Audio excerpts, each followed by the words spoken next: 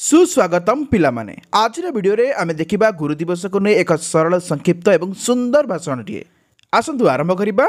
सम्माननीय प्रधान आचार्य पूज्यस्पद गुरुजी और गुरुमावृंद मोर छोट बड़ भाई और भौणी माने आपण मानको गुरु दिवसर अनेक अनेक शुभेच्छा और शुभकामना।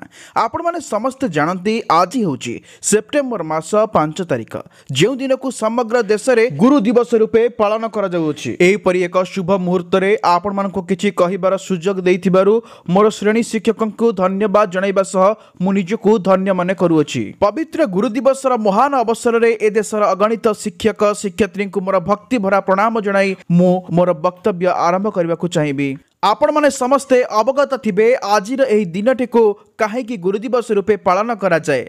कारण हैला आज हेउची ए देशर पूर्वतन राष्ट्रपति जने सुप्रसिद्ध शिक्षाविद एवं सर्वोपरि जने आदर्श और महान गुरु डॉक्टर सर्वपल्ली राधाकृष्णन पुण्य जन्म तिथि अटे। मु एथर एई जोगजन्म महापुरुष सर्वपल्ली राधाकृष्णन जीवन उपरे सम्यक सूचना प्रदान करिबे। 1888 मसीह तमिलनाडुर तिरुत्तानी ग्राम रे जन्म लाभ करथिले डॉक्टर राधाकृष्णन।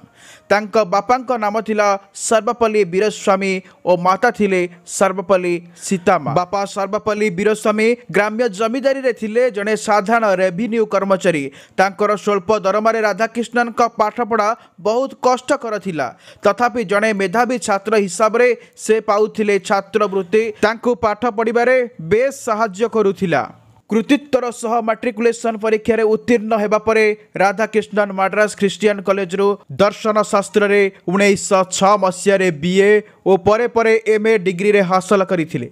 परे परे राधाकृष्णन सेही कॉलेज रे अध्यापक पदवी हासिल करी 1914 मसीह रे सहकारी प्रोफेसर पदवी को उन्नीत होइथिले।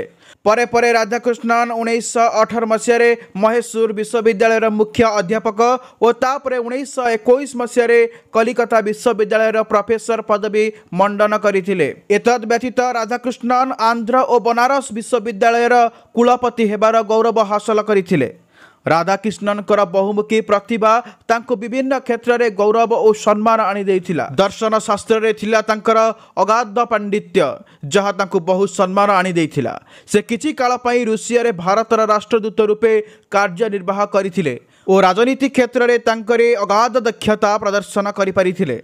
राजनीति क्षेत्र में तांकरी एई दक्षता 1952 मसीह रे ए देशर प्रथम उपराष्ट्रपति और 1959 मसीह रे तांको देशर द्वितीय राष्ट्रपति रूपे अधिष्ठित हेबार महासौभाग्य प्रदान करिथिला। एही महापुरुष 1952 मसीह रे आम देशर सर्वोच्च सिविलियन अवार्ड भारत रत्न प्राप्त करी अशेष गौरव रे विमंडित होइथिले। 1975 मसीहा एप्रिल 17 तारिख दिन एही जोगजन्म महापुरुषंक जीवन दीप निर्वापित होइथिला। तांकर व्यक्तिगत जीवन रे मध्य डॉक्टर सर्वपल्ली राधाकृष्णन खूब सरल उदार और मिष्टभाषी थिले। निजे निज छात्र जीवन रे बहु असुविधा भोग करुथिबा एही महामानव परवर्ती काल रे बहु छात्रंकर सफलतार मार्ग खोली देइथिले। छात्र महल रे से समस्तंकर प्रिय और भक्ति भाजन होई परिथिले। तांकर एई उदारता और कर्तव्य निष्ठा तांकर सफलतार मार्ग को उन्मुक्त करि देइथिला। राधाकृष्णन बेस बुझिथिले जे देश गठन रे शिक्षक मानक गुरु दायित्व रही अछि किंतु से सर्वदा अनुभव करुथिले जे शिक्षक माने सर्वदा समाज रे अवहेलित अवस्था रे रहुछंती। एथि लागि से सर्वदा दुखित अवस्था रे रहुथिले।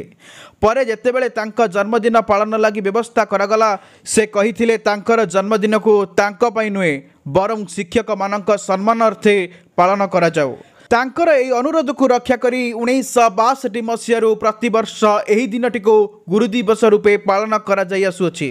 परिशेष में मु एतिकी कहिबाकू चाहिबी जे शिक्षक और शिक्षयित्री माने ए देशर असल निर्माता। एही सत्य को देशर प्रत्येक व्यक्ति उपलब्ध करि परिले शिक्षक और शिक्षयित्री माने समाज रे यथाचित सम्मान पाइबे। एमिति एक विश्वास सह मोर वक्तव्य को मु एठी विराम देबाकू चाहिबी। धन्यवाद। गुरु ब्रह्मा गुरु विष्णु गुरुदेव महेश्वर गुरु साक्षात परम ब्रह्म तस्मै श्री गुरुवे नमः। रहुची आज गुरु दिवस भाषणटी आपण मानक हृदयस्पर्शी लगी भिडियोटी भल लगी गोटे लाइक निहाती करंतु एवं आगामी दिन में यहपरि सुंदर सुंदर एवं शिक्षणीय भिडियो देखिबाई आपण माने ए चैनल को सब्सक्राइब करी बेल आइकन क्लिक करंतु एवं ए गुरु दिवस भाषणटी को समस्त को शेयर करंतु। रहुची जय जगन्नाथ जय गुरु जय गुरु।